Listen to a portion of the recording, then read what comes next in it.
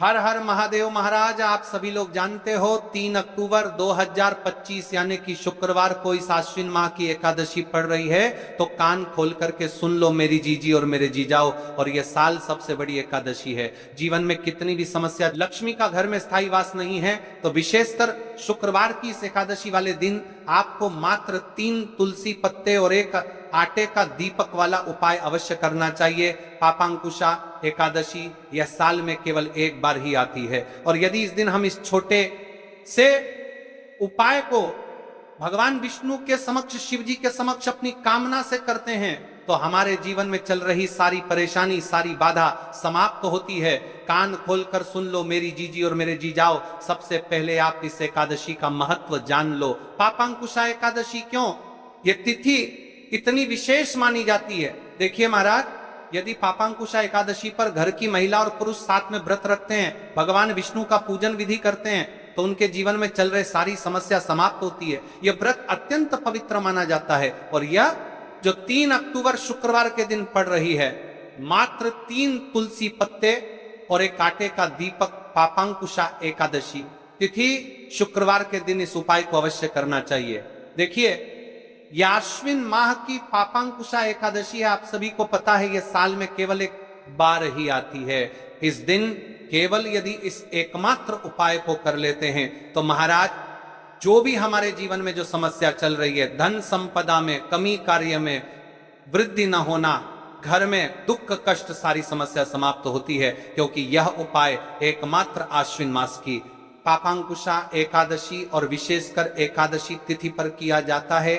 पूरा साल निकल गया हो, आपने इस उपाय को आज तक किया ही ना हो, तो महाराज विशेषकर मेरी माता बहन इस अश्विन मास की पापांकुशा एकादशी यानी कि शुक्रवार वाले दिन उपाय को अवश्य कर ले। ऐसे मौके बार बार नहीं मिलते। देखिए महाराज, ये जो 3 तुलसी पत्ते वाला उपाय है, इसे हम एकादशी के इस पावन पर्व पर कर रहे हैं। और आप सभी को पता है कि विष्णु जी को सबसे अत्यंत प्रिय है तुलसी। उन्हें तुलसी के बिना उनका भोग अधूरा है, और तुलसी जी का प्रयोग बड़े बड़े पूजा पाठ अनुष्ठान में किया जाता है। तो हमें इस तुलसी, मात्र 3 तुलसी के पत्ती वाला उपाय करना है, और आपके जीवन में जो भी धन की समस्या चल रही है, वह इस उपाय को करने के बाद सारी समाप्त होने वाली है। क्योंकि भगवान विष्णु की अर्धांगिनी माता लक्ष्मी, जिनका स्थायी रूप से हमारे घर में वास होगा, इस उपाय को करने के पश्चात देखिए महाराज, यदि हम इस आश्विन माह की पापांकुशा एकादशी, शिव महापुराण की कथा में उल्लेख है कि पापांकुशा एकादशी यानी शुक्रवार वाले दिन का सबसे बड़ा और विशेष महत्व होता है। तो आपको या फिर आपके घर के किसी भी एक सदस्य को इस दिन शिव मंदिर में या फिर अपने घर के मंदिर में भगवान विष्णु की प्रतिमा के समक्ष या फिर अपने घर के तुलसी कुंड में यह छोटा सा कार्य तो अवश्य ही करना चाहिए। यदि आप इस उपाय को करते हैं, तो आपके जीवन में चल रही सारी समस्या तो समाप्त होती ही है, लेकिन साथ में आपकी जो अधूरी मनचाही इच्छा है वह भी पूर्ण होती है, और आपके सारे पाप नष्ट होते हैं।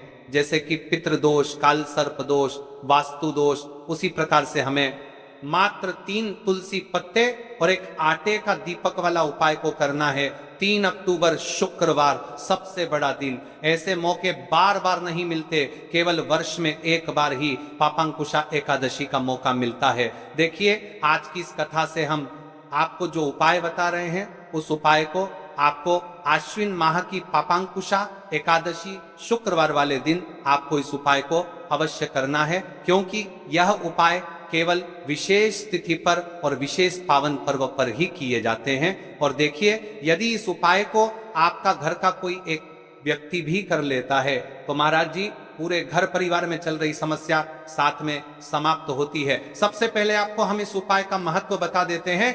पापांकुशा एकादशी श्याम भगवान विष्णु को समर्पित है, और उन्हें सबसे प्रिय है तुलसी। तो हम तुलसी पत्ती वाला उपाय कर रहे हैं, तो यह घर में माता लक्ष्मी का स्थायी वास करती है, क्योंकि यह तुलसी समर्पण वाला उपाय है। और इस उपाय को हम पापांकुशा एकादशी के दिन पर कर रहे हैं। तो महाराज, यदि लक्ष्मी की समस्या है, तो वह समस्या भी समाप्त होगी, जो आपकी मुश्किल समस्या समाप्त होती हैं।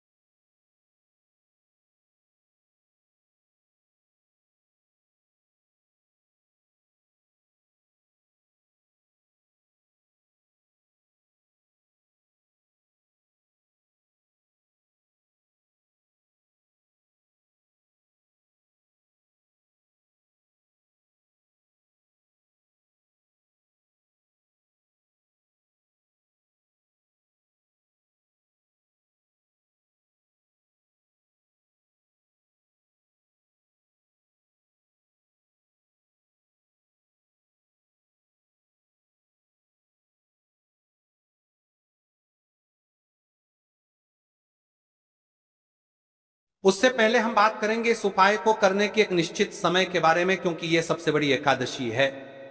यदि हम इस उपाय को एक निश्चित समय पर करेंगे तो उसका फल 100 गुना बढ़ जाता है। यदि हम किसी निश्चित समय पर उसे उपाय के शुभ मुहूर्त पर करते हैं तो यह उपाय अत्यंत बलशाली हो जाता है। अब बात करते हैं कि इस उपाय को किस समय करना चाहिए। देखिए महाराज जी, इस उपाय को करने के 2 समय बताए गए हैं, सुबह का समय, प्रदोष काल का समय। कई सारी माता बहनें सुबह के समय इस उपाय को करना चाहती है तो वह सुबह के समय इस उपाय को कर सकती है। सुबह का समय सबसे शुभ माना जाता है, विशेषकर पूजा पाठ और उपासना के लिए सुबह का समय बहुत उत्तम है। सबसे श्रेष्ठ समय सुबह 7 बजे से 8 बजे तक यदि कोई व्यस्त है और वह इस उपाय को करना चाहते हैं तो सुबह 10 बजे तक कर सकते हैं, और यदि कोई माता बहन चाहे कि वह 12 बजे से पहले कर लें तो भी माननीय। बस इतना ध्यान रखना है कि दोपहर 12 बजे से बाद नहीं होना चाहिए। अब देखिए महाराज की बात कर लेते हैं प्रदोष काल के समय के बारे में। प्रदोष काल का समय दूसरा श्रेष्ठ समय है प्रदोष काल। प्रदोष काल का अर्थ है संध्या के समय का वह विशेष मुहूर्त, सबसे श्रेष्ठ समय शाम 5 बजे से 6 बजे तक। यदि समय न हो पाए तो रात 8 बजे तक कर सकते हैं, लेकिन याद रखिए 8 बजे के बाद ये उपाय न करें। अब कई सारे लोग कमेंट करके हमसे ही समय पूछने लगते हैं कि महाराज जी आप ही बता दीजिए सबसे उत्तम समय कौन सा है, कौन सा समय चुने। यदि आप प्रदोष काल में करें तो दीपक साथ ले जाएं, यदि आप सुबह करें तो गंगा जल साथ रखें। दोनों समय पर भगवान विष्णु प्रसन्न होते हैं, आप किसी भी समय कीजिए। अब देखिए बात कर लेते हैं इस उपाय की सामग्री के बारे में कि इस उपाय के लिए आपको क्या क्या सामग्री चाहिए। 3 तुलसी पत्तियां ताजी हों तो उत्तम। यदि एकादशी का दिन है तो तुलसी नहीं तोड़नी चाहिए। ऐसे में घर में रखी सूखी तुलसी पत्तियां भी उपयोग में ली जा सकती हैं। यदि आपके घर में तुलसी का पौधा नहीं है तो आप किसी पड़ोसी या परिचित से ले सकते हैं। देखिए भगवान विष्णु को हल्दी अत्यंत प्रिय है, तो अब हमें हल्दी लेना है। 1 चुटकी हल्दी, रसोई घर की हल्दी चलेगी, शुद्ध हल्दी का प्रयोग करें। अब इस उपाय को करने के साथ में हमें एक दीपक भी लेना है महाराज जी, ठीक है। एक दीपक, लंबी बत्ती का दीपक, प्रदोष काल में करने पर दीपक अवश्य जलाएं। थोड़ा सा गंगा जल, सुबह के समय करने पर गंगा जल का उपयोग करें। भगवान विष्णु की प्रतिमा या चित्र, भगवान विष्णु, श्री राम या श्री कृष्ण की प्रतिमा रखें। अब हम इस उपाय की पूरी विधि विस्तार से समझते हैं। शुद्धि और प्रारंभिक प्रार्थना, सबसे पहले आप स्नान कर लें या कम से कम हाथ मुंह धो लें, स्वच्छ वस्त्र पहने और पूजा स्थान को साफ करें। एवं भगवान विष्णु की प्रतिमा के सामने आसन बिछाएं। तुलसी से प्रार्थना करके 3 पत्तियां लेना। हे माता तुलसी, मेरे जीवन में अनेक कष्ट हैं, मैं आपसे विनम्रता पूर्वक 3 पत्तियां ले ला रही हूं, कृपया मेरी मनोकामनाएं पूर्ण हो। अब 3 तुलसी पत्तियां तोड़ लें, हल्दी लगाना। अब उन 3 पत्तियों में से 2 पत्तियों पर हल्दी की छोटी छोटी बिंदी लगाएं। या 3 तुलसी पत्तियां कर रहे हैं तो परमत्तर बराबर बोलो का बिंदी शुभता का प्रतीक है। ऐसा करने से पत्तियां और भी पवित्र हो जाती हैं। दीपक या गंगा जल का प्रयोग, यदि आप प्रदोष काल में हैं दीपक जलाएं। यदि आप सुबह कर रहे हैं गंगा जल का स्पर्श करें। 2 तुलसी पत्तियां अर्पण करना। अब जिन 2 पत्तियों पर हल्दी लगी है उन्हें भगवान विष्णु की प्रतिमा के सामने अर्पित करें और कहें, हे श्री हरि, मैं आपको ये तुलसी पत्तियां अर्पित करती हूं, कृपया मेरी मनोकामनाएं पूर्ण करें, मेरे कष्ट दूर करें, मेरे परिवार में सुख शांति लाएं। नमो नारायणाय। अब अपनी समस्या या मनोकामना स्पष्ट रूप से बोलें। जैसे मेरे घर में कलह है, कृपा कर इसे दूर करें। 2-2 भारती के सान, मेरे बच्चों को शिक्षा में सफलता मिले, मेरे घर में धन की कमी दूर हो। तीसरी तुलसी पत्ती का प्रयोग। अब बची हुई तीसरी पत्ती को आप घर के किसी शुभ स्थान पर रख दें, जैसे घर का मंदिर, धन स्थान, तिजोरी, अलमारी या घर का पवित्र स्थान। यह पत्ती आपके घर में समृद्धि और शुभता का प्रतीक बनेगी। अंत में भगवान विष्णु से प्रार्थना करें, हे विष्णु भगवान, आपने ये छोटी सी भक्ति स्वीकार की, कृपा कर मेरे जीवन में शांति और सुख प्रदान करें। फिर तुलसी माता को धन्यवाद दें। मंत्र जाप। उपाय करते समय आप सरल मंत्र जप सकते हैं।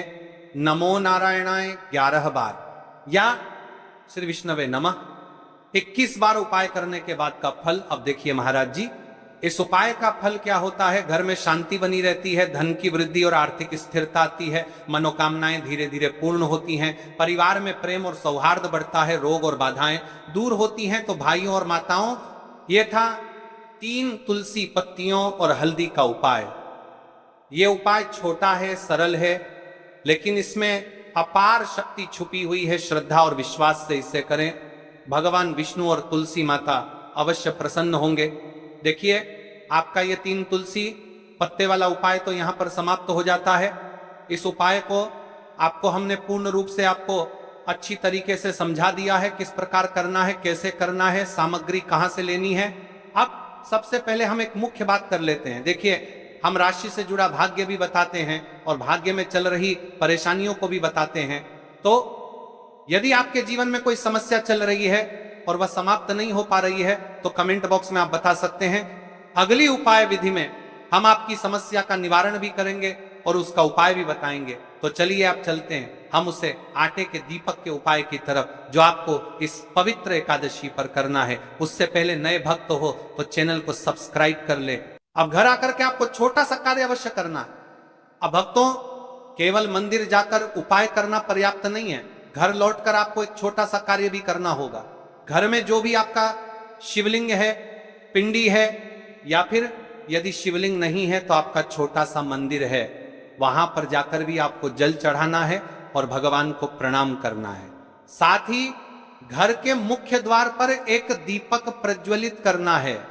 यही दीपक आपके घर की लक्ष्मी को स्थिर करता है और दरिद्रता को बाहर निकाल देता है।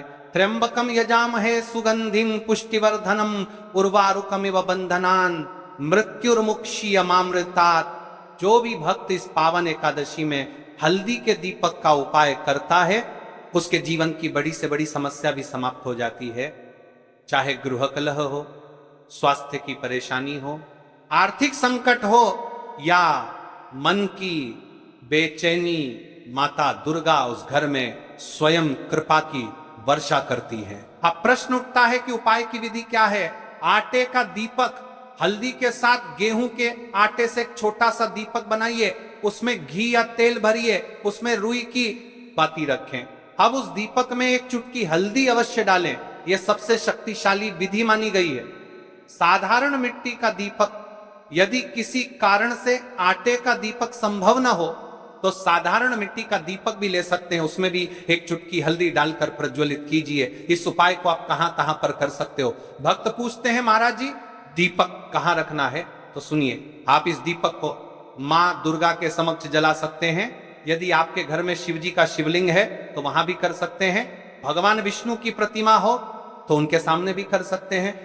और यदि घर में माता तुलसी का स्थान है तो वहां भी ये दीपक जला सकते हैं। सच तो यह है कि जहां भी आप श्रद्धा से करेंगे वही स्थान पवित्र हो जाएगा। अब प्रश्न आता है कि समय कौन सा चुने? सुबह का समय सर्वोत्तम है। क्यों? क्योंकि प्रातः काल का वातावरण शुद्ध, शांत और सात्विक होता है। यदि सुबह संभव न हो तो प्रदोष काल यानी सूर्यास्त के बाद का समय भी अत्यंत फलदायी है। याद रखिए, समय से अधिक महत्व श्रद्धा का है। स्नान कर शुद्ध वस्त्र धारण करें, पूजा स्थल को साफ करें और आसन बिछाएं। आटे या मिट्टी का दीपक तैयार करें, उसमें घी, तेल और बाती रखें, एक चुटकी हल्दी डालें, दीपक को जलाएं, विष्णु जी का या माँ दुर्गा का ध्यान करें। यह मंत्र कम से कम 11 बार बोलें। ए ह्रीं क्लीं चामुंडायै विच्चे, या फिर विष्णु जी के मंत्र का भी जप कर सकते हैं। अपनी समस्याएं मन ही मन मां को समर्पित करें। भाइयों, केवल दीपक जलाना ही पर्याप्त नहीं है, महत्वपूर्ण यह है कि आप इसे श्रद्धा और भावनाओं के साथ करें। जब आप दीपक जलाएं तो अपने मन की हर पीड़ा, हर दुख मां के चरणों में समर्पित करें। मन ही मन कहें, भगवान ये दीपक मेरा जीवन है, इसकी लौ मेरी आस्था है, इसमें डाली हुई हल्दी मेरी समस्याएं हैं, और जब ये दीपक जलेगा तो मेरी सारी कठिनाइयां भस्म हो जाएंगी। इस छोटे से उपाय से जीवन में अद्भुत परिवर्तन आता है। घर का वातावरण शुद्ध और शांत होता है, नकारात्मक ऊर्जा समाप्त हो जाती है, आर्थिक संकट दूर होते हैं, पारिवारिक झगड़े और मनमुटाव शांत होते हैं, स्वास्थ्य में सुधार होता है। सबसे बढ़कर माता दुर्गा प्रसन्न होकर घर में सुख, शांति और समृद्धि का वास करती हैं। इस उपाय को करते समय आपको किन किन बातों का ध्यान रखना है? विशेष सावधानियां। दीपक को पूरी श्रद्धा से प्रज्वलित करें, दीपक बुझने न दें। कार्य के समय मन को शांत रखें। यदि प्रदोष काल में करें तो विशेष फल मिलता है। भाइयों और बहनों, नवरात्रि की यह रात्रि केवल साधना और उपासना की रात नहीं है, यह स्वयं माता के घर आने की रात है। एक छोटा सा उपाय, एक चुटकी हल्दी, आटे का एक दीपक और श्रद्धा से की गई प्रार्थना, यही पर्याप्त है मां दुर्गा को प्रसन्न करने के लिए। तो आइए इस एकादशी हम सब ये छोटा सा दीपक जलाएं और अपने जीवन की हर समस्या को मां के चरणों में समर्पित करें। माता रानी हम सब पर कृपा करें। देखिए, इस एकादशी के पावन पर्व पर यदि घर की कोई माता बहनें व्रत रख रही है और वह अपने घर में दीपक प्रज्वलित कर रही है, तो उसे इस 5 दीपक वाला उपाय अवश्य करना चाहिए। यह एक विशेष उपाय है, तो आप इस उपाय को भी सुन लो। 5 आटे के दीपक। तो अब देखिए महाराज जी, हम सबसे पहले बात कर लेते हैं 5 आटे के दीपक बनाने की विधि, यानी कि आपको क्या क्या सामग्री मिलनी है और क्या नहीं मिलनी है। कई सारे लोग गलत तरीके से भी बनाते हैं। तो देखिए, आप सबसे पहले गेहूं के आटे को एक साफ बर्तन में लीजिए, इसमें पानी डालकर हल्का सा गूंथ लीजिए। ध्यान रहे, आटा बहुत सख्त भी ना हो और बहुत ढीला भी ना हो। अब इससे 5 छोटे दीपक बनाएं। दीपक बनाने का भाव होना चाहिए, हे प्रभु, ये दीपक मेरे जीवन के अंधकार को मिटाने के लिए है। हर दीपक के बीच में जगह बनाइए ताकि उसमें रुई की बत्ती रखी जा सके। अब रुई से 5 गोल बत्तियां बनाइए, दीपकों में बत्तियां रखकर उन्हें तेल से भर दीजिए। तेल इतना होना चाहिए कि जब तक आप पूरा उपाय करता था 5 गोल बत्तियां ये बड़ी करके आग पार कर लें। दीपक जलते रहें, ध्यान रहे दीपक टूटे नहीं और बराबर आकार के हों। इन दीपकों को एक साफ थाली या पत्तल में रखकर पूजा सामग्री के साथ मंदिर ले जाइए। विशेष ध्यान दें, आटे के दीपक बनाते समय हल्दी या नमक का प्रयोग बिल्कुल न करें। दीपक बनाते समय मन में शिव जी का नाम लें, ओम नमः शिवाय का जप करते रहें। ये दीपक ही इस उपाय की आत्मा है, क्योंकि इन्हीं से आपकी मनोकामनाएं पूर्ण